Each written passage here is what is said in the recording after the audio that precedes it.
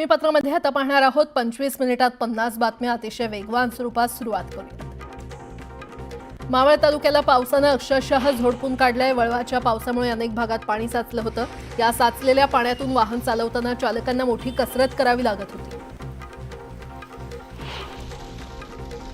लोणावळ्याला देखील मुसळधार पावसानं झोडपून काढलं। या पावसामुळे वातावरणात सुखद गारवा पसरला असून पर्यटक पुन्हा वाढण्याची शक्यता आहे। मान्सूनपूर्व पावसानं अलिबागला देखील झोडपून काढलंय। शहरात अनेक ठिकाणी पाणी साचलं होतं। यामुळे नागरिकांना मनस्ताप सहन करावा लागला। धाराशिवमध्ये काल रात्री मुसळधार पावसानं हजेरी लावली। जिल्ह्यामध्ये रात्रभर झालेल्या पावसामुळे अनेक घरांचं मोठं नुकसान झालं।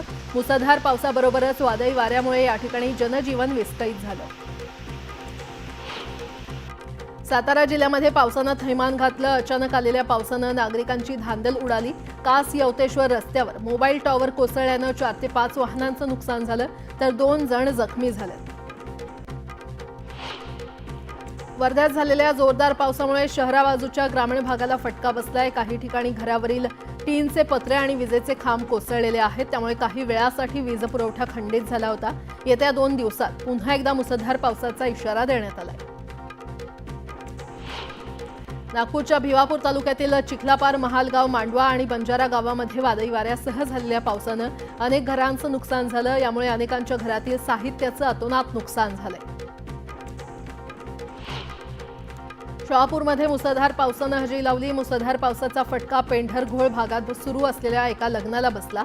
अचानक आलेल्या पावसामुळे लग्नाला आलेल्या वऱ्हाडाची चांगलीच धावपळ उडाली। लातूर शहर आणि जिल्ह्यात ठिकठिकाणी पावसानं जोरदार हजेरी लावली। लातूर शहरात गेल्या 3 दिवसांपासून मुसळधार पाऊस सुरू आहे। हवामान खात्यानं पावसाच्या अंदाजानुसार पुढील काही दिवस आणखी पावसाचा लातूर जिल्ह्यात असाच जोर राहणार असल्याचा अंदाज वर्तवलाय। पुणे शहराला ऐन उन्हाळ्यात मुसळधार पावसानं झोडपून काढल्यानं शहर जलमय झालं। शहरातील अनेक सखल भागात आणि रस्त्यांवर पाणी तुंबल्यानं वाहतुकीची कोंडी झाली। त्यामुळे महापालिकेच्या पावसाळापूर्व कामांचा फज्जा उडाला।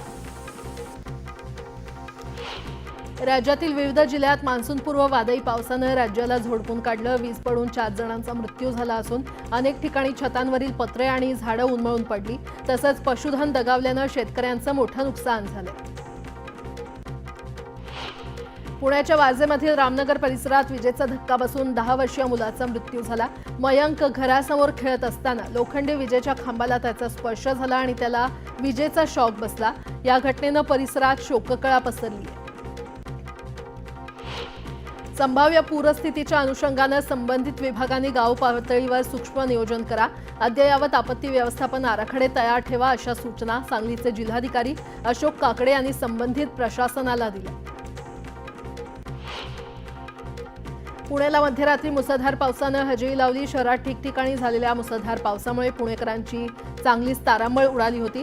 तर वादळी वाऱ्यासह झालेल्या पावसामुळे अनेक ठिकाणी वीज पुरवठा खंडित झाला होता।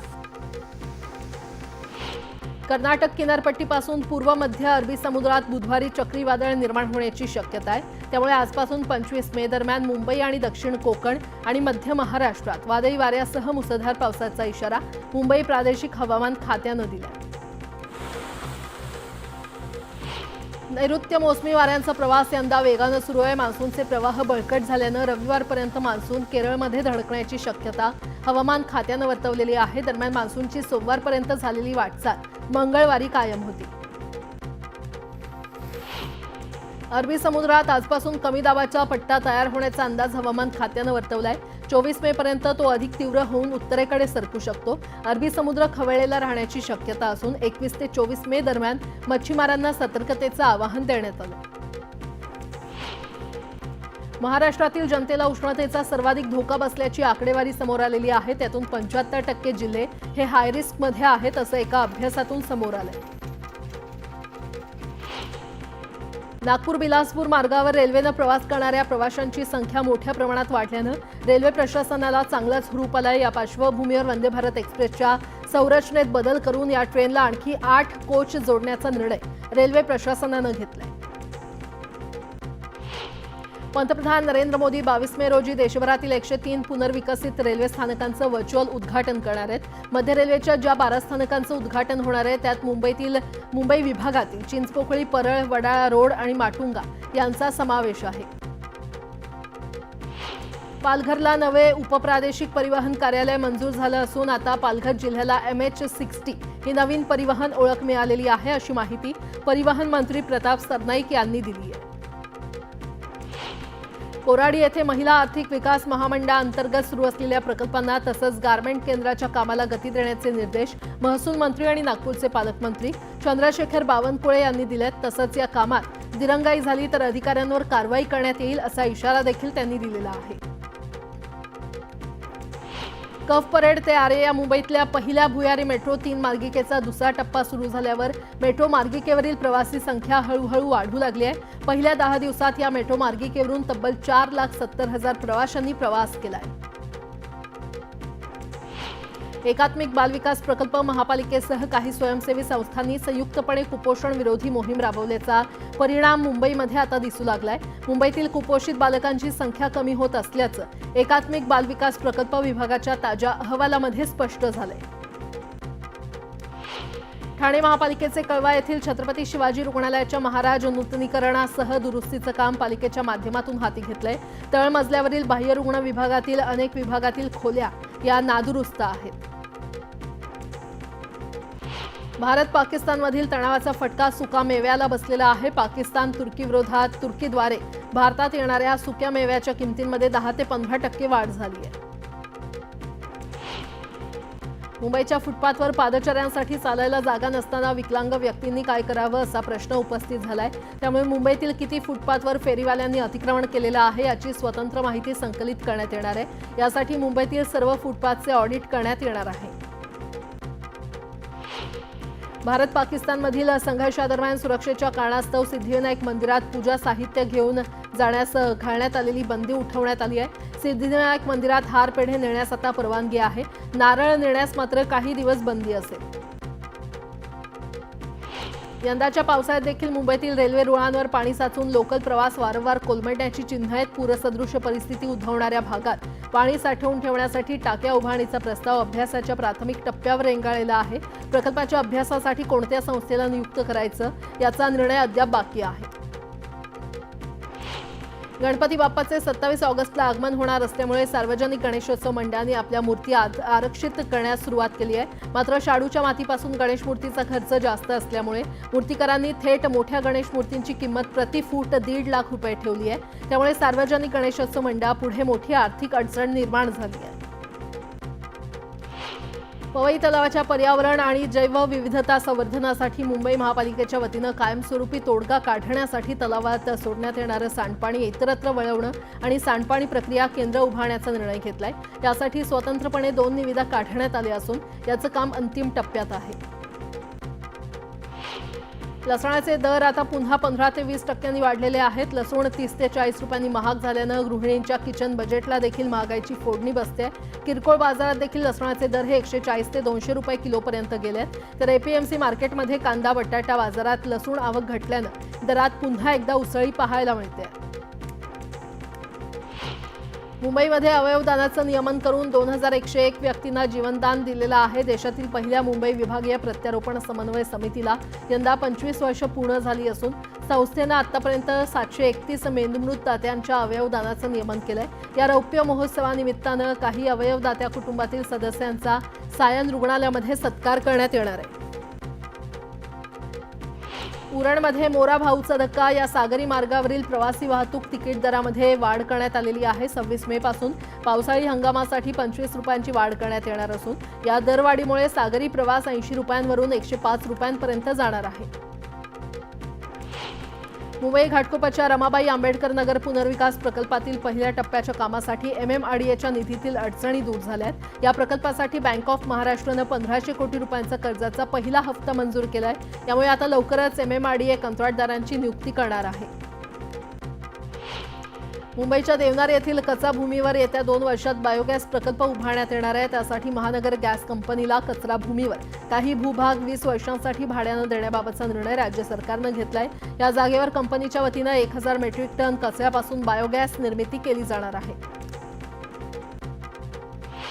ठाण्यामध्ये महापालिकेच्या टेमघर जलशुद्धीकरण केंद्र पावसाळ्यापूर्वीच्या कामांसाठी आज 12 तासांसाठी वितरण बंद करण्याचा निर्णय घेतलाय। त्यामुळे गुरुवारी दुपारी 12 वाजल्यापासून शुक्रवारी दुपारी 12 वाजेपर्यंत 24 तासांसाठी ठाणे दरम्यान पाणी पुरवठा बंद असेल।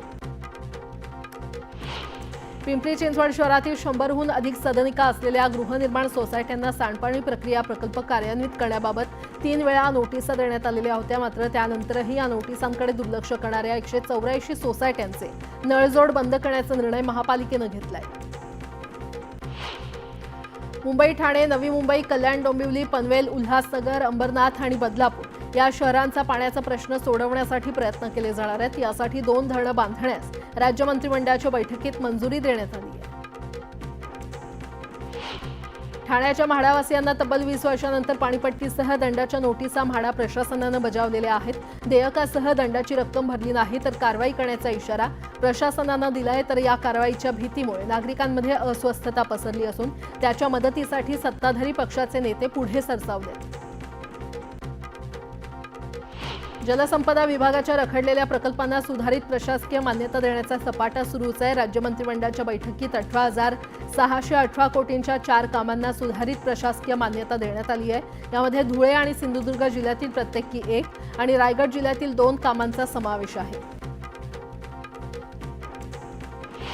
राज्यात ॲप आधारित प्रवासी सेवेमध्ये विनाकारण फेरी रद्द करणाऱ्या चालकाला एकूण भाड्याच्या 10% किंवा 100 रुपये दंड आकारण्याची तरतूद करण्यात आली आहे। त्याचबरोबर काहीही कारण न देता प्रवाशानं ही फेरी रद्द केल्यास त्यांनाही 5% किंवा 50 रुपये दंड आकारण्याची तरतूद धोरणात करण्यात आलेली आहे। जून महिन्याच्या पहिल्याच आठवड्यात मुंबईत पाऊस दाखल होणार असल्यामुळे पावसाळ्यासाठी मुंबई महापालिकेची सर्व यंत्रणा सज्ज झाली आहे। दरड पडणं, इमारती दुर्घटना यासारख्या घटनांमध्ये बचाव आणि मदत कार्यासाठी मुंबई अग्निशमन दलाबरोबरच NDRFचं पथक मुंबईसह पूर्व आणि पश्चिम उपनगरांमध्ये तैनात ठेवण्यात येणार आहे। उद्योग विभागातील धोरण कालावधी संपुष्टात आल्यामुळे प्रलंबित असलेल्या 325 प्रस्तावांना मंगळवारी मंत्रिमंडळाच्या बैठकीत मंजुरी देण्यात आली। या प्रस्तावांना मंजुरी दिल्यामुळे 1,655.96 कोटी रुपयांची गुंतवणूक आणि 93,317 रोजगार निर्मिती होण्याची शक्यता आहे। नवी मुंबईतील समग्र शिक्षा अभियानांतर्गत तालुक्यातील जिल्हा परिषद, महानगरपालिका आणि अनुदानित शाळांमधील 53,000 विद्यार्थ्यांना मोफत पुस्तकं मिळणार आहेत। ही पाठ्यपुस्तकं शाळेच्या पहिल्या दिवशी मिळावीत म्हणून शिक्षण विभागाच्या वतीनं नियोजन करण्यात आलेलं आहे। शैक्षणिक वर्ष 2025-26 साठी 3 वर्ष कालावधीच्या पूर्णवेळ पोस्ट SSC पदविका अभियांत्रिकी आणि तंत्रज्ञान आणि वास्तुकला अभ्यासक्रमाच्या प्रथम वर्षाच्या प्रवेश प्रक्रियेसाठी ऑनलाईन अर्ज नोंदणीचं वेळापत्रक जाहीर करण्यात आलंय। विद्यार्थ्यांना 16 जूनपर्यंत ऑनलाईन पद्धतीनं अर्ज करता येणार आहे। समाजातील दुर्बल घटकातील बालकांना उच्च दर्जाचं शिक्षण घेण्यासाठी 2025-26 वर्षाकरता RTE प्रवेश प्रक्रिया राबवण्यात आलेली आहे।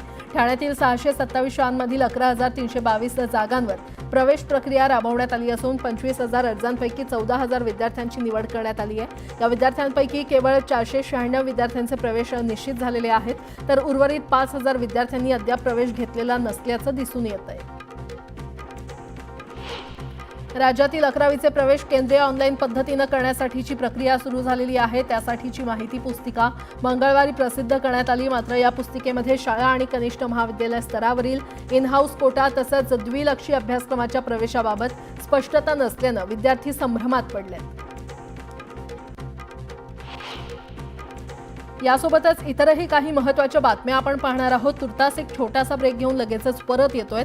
पाहत रहा न्यूज 18 लोक।